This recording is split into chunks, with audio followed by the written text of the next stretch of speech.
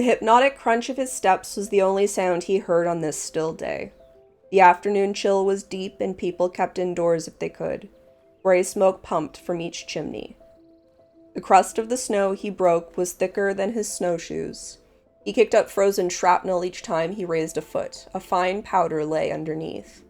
The conditions made him think of the specific time of year.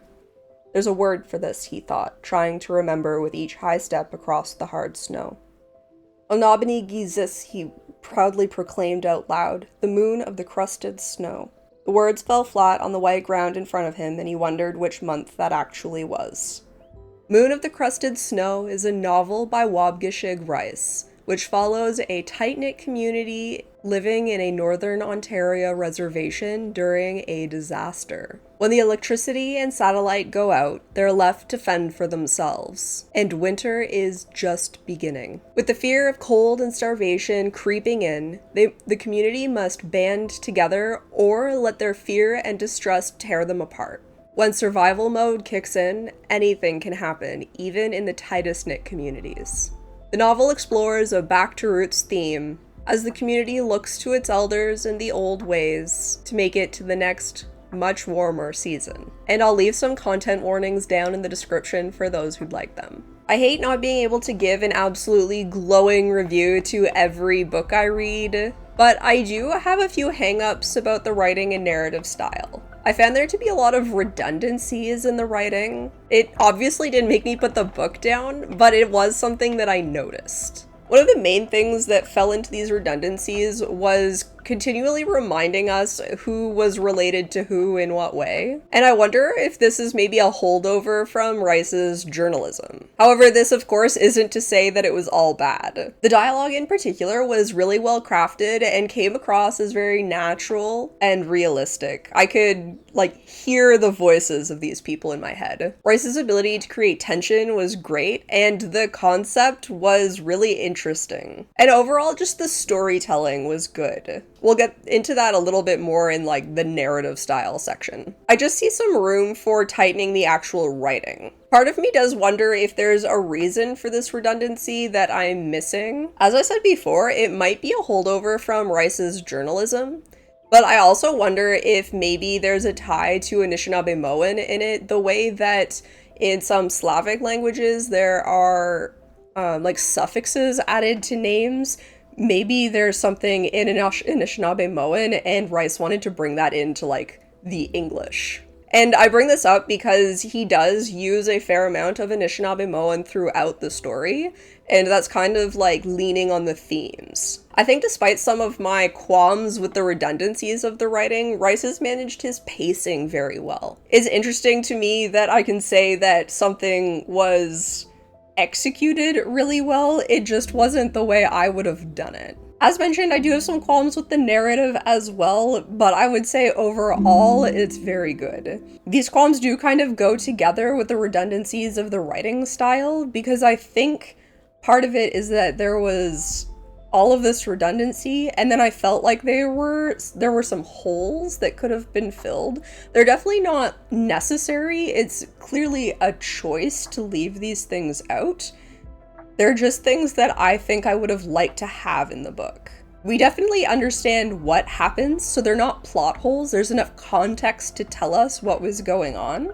I just think it would have been interesting to explore these passages of time more, and maybe do away with some of the repetition. There are narrative aspects that I thought were very well executed. In particular, I really like the dream sequences that show up. Especially when I couldn't tell it was a dream right away because it was so normal, and then it would slowly ramp up to being something less reality-based, I suppose. I thought that was a really good way to use dream sequences. And there's another reason that I like the dream sequences, but I don't want to give that away. The novel explored a variety of conflicts. Survival is at its core a conflict with nature, and it's very strong in the narrative, but so are the interpersonal conflicts. And then the third major conflict is between the known community and outsiders, which is always a really fun thing to play around with.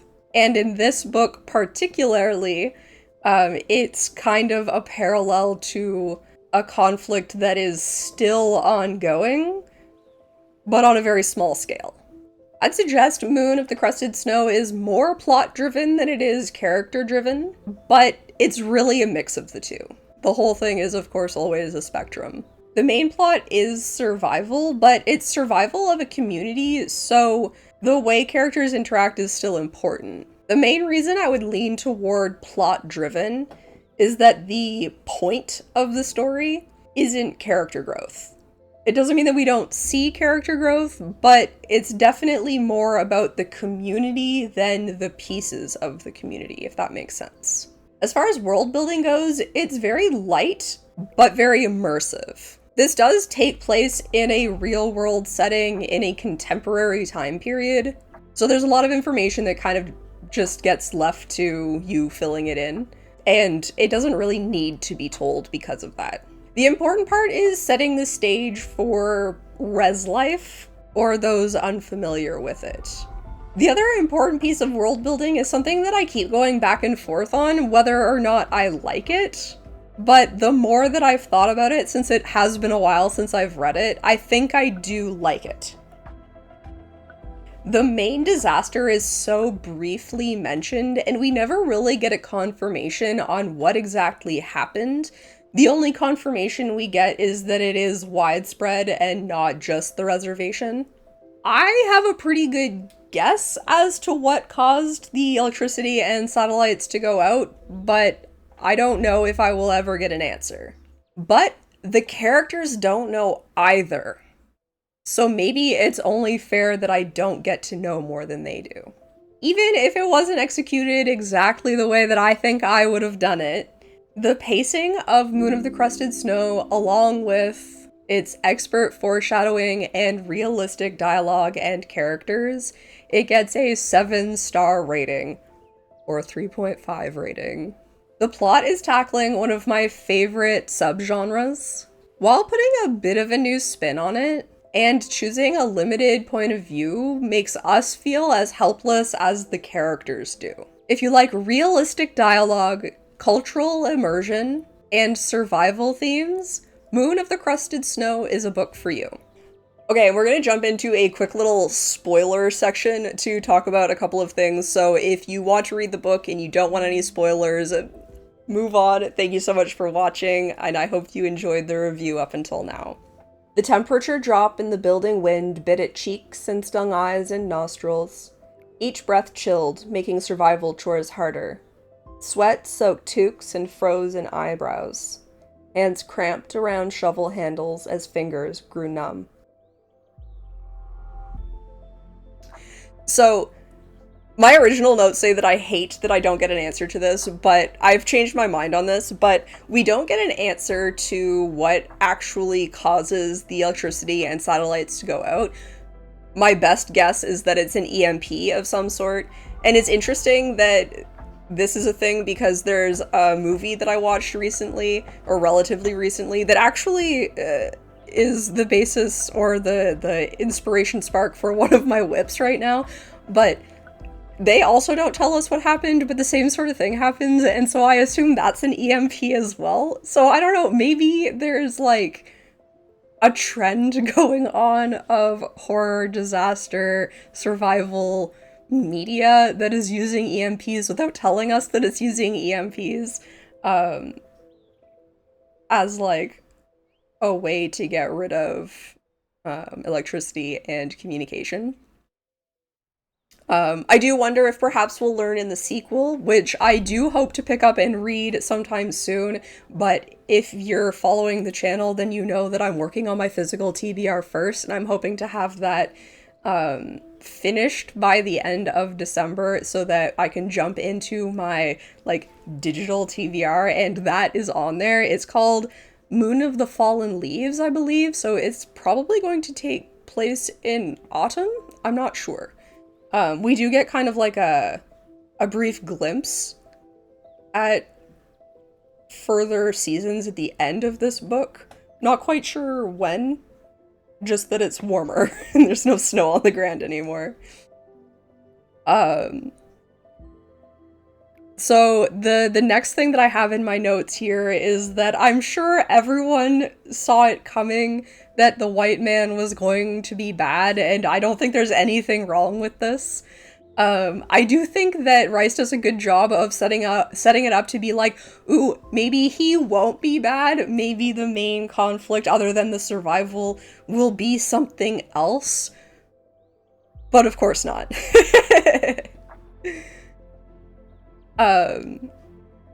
Because he comes in and like he acts as if he has all of this respect or the way the natives live, which actually should ring some alarm bells if we're being honest, because assuming that you know a lot about the community without actually being a part of the community is kind of icky. And like, I am a person who claims to know more than the average person, because I try to listen to diverse voices, as well as like having native friends and native family members. But like, I would never like walk onto a res and be like, oh, like I have so much respect for the way that you do the things. I love how you do this, this, this, and this. And it's like, I don't know, it's just weird. But I do love that he comes in with like, oh, like it's such a good idea for me to join up with you because like I need you. And then immediately having like white savior complex. Like I know there's a note in here. Let me see if I can find it. I mean, there's a couple in here that talk about him. Oh, this is actually it. I have two different notes. Both of them say white people in them. The first one says white people take. Of course, the native people both have the knowledge and will to help. And then the next one, like right beneath it, it says tone policing, infantilizing white people. So like, I have notes throughout too that talk about like, oh, like maybe he's not going to be bad. Oh no, maybe he is going to be bad. Oh, I mean, maybe not. Maybe that was just a misstep, you know? Just like maybe it's just ignorance and not malice. It was malice. It was malice the whole time. And then like my final note for spoilers is I was definitely getting windy guy vibes. So I was not disappointed to find out there was cannibalism going on. I do love how late into the novel it's revealed. Like, it's a very slow amp up to finding out just how terrible this guy is. What the hell's his name? I should know that before talking about it. I don't remember any, but I remember Evan's name. And that's because I saw it in a note recently. I did read this, like, over a year ago, and unfortunately I'm just getting around to it now because I thought I would get around to it then, and then I was just too busy. Bit busy and also dealing with, the glutening. Oh, his name's Scott. Anyways, slowly ends up to show just how, like, terrible Scott is. And this wasn't in my notes, but it's coming back to me a little bit. It's interesting. Like, I don't think Scott was ever alone. I think those other people were always coming. I don't know. I almost want, like, a short story exploring the, like, Scott and like his small group, like coming up to here, because did he actually have the plan like in the back of his head? Like, is he like a prepper who's like a crappy prepper because he didn't actually prep anything, I guess? Like a crappy prepper who like had in the back of his mind that like, yeah, like if shit hits the fan, like I'm gonna go to Northern Ontario and like the first reservation I find, I'm gonna ask them for help. Or, like, did, like, shit hit the fan and then, like, that was the thought that he had? And also, why, though? Like, why was that the thought that he had? Because that's never been something that I've thought about. I always just consider hunkering down. Like I said, like, one of my favorite genres is just, like, disaster, end of the world, like, extremely sub-genre zombies, but that's besides the point, I suppose. But like anytime that like society is going to crumble kind of thing. That's like my favorite thing. So I do think about like what would I do when society crumbles, whether it's from some sort of natural disaster, if zombies are here, even like if like war broke out like on my turf, like versus like war elsewhere that like my country is taking part in kind of thing. Like, what would I do? I think about this a lot, and I've never once thought, oh, I'll drive to Northern Ontario in the winter, because that seems like a good idea. I don't know, like, I wouldn't want to try to survive in Northern Ontario in the winter. I understand that he, like, has this idea that he's gonna get help from the people who regularly live there, but, we also see that they're gonna struggle also, which I think is interesting. Yeah. I mentioned it briefly. I do think that using Anishinaabe throughout is really good, and I think it really solidifies the world building. Because, like, the main world building that we have is just solidifying, like, setting people who are unfamiliar with living on a reservation in what it's like to live on a reservation, particularly a reservation in Northern Ontario, because, reservations like elsewhere with a different climate would look completely different. Also a different culture, obviously, would look very different.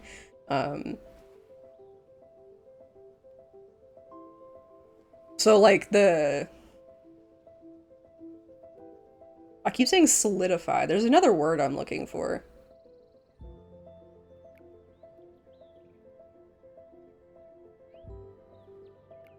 But like setting us in the setting. It does a really good job, and I wonder if other people would realize how realistic the dialogue is. Because, like, when I read the dialogue, like, I hear it in voices I've heard before. Like, the like, slang, the dialect,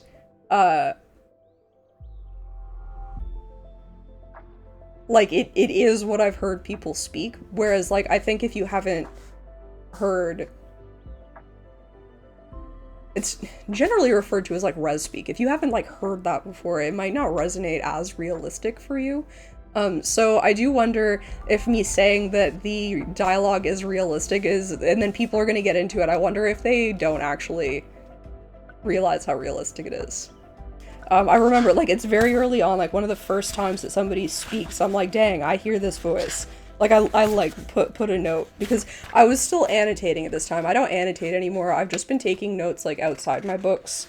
And even then, I wasn't doing that for a while, because I overwhelmed myself with the way that I annotated. And I've said before that I'm gonna make a video about this, but there's a lot of videos I plan on making.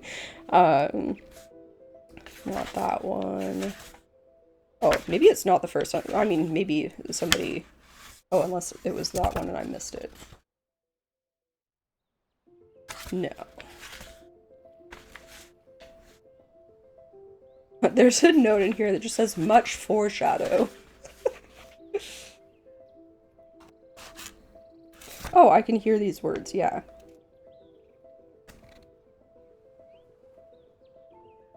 It's not even really res speak. I don't know, it is actually just, like, realistic, I think.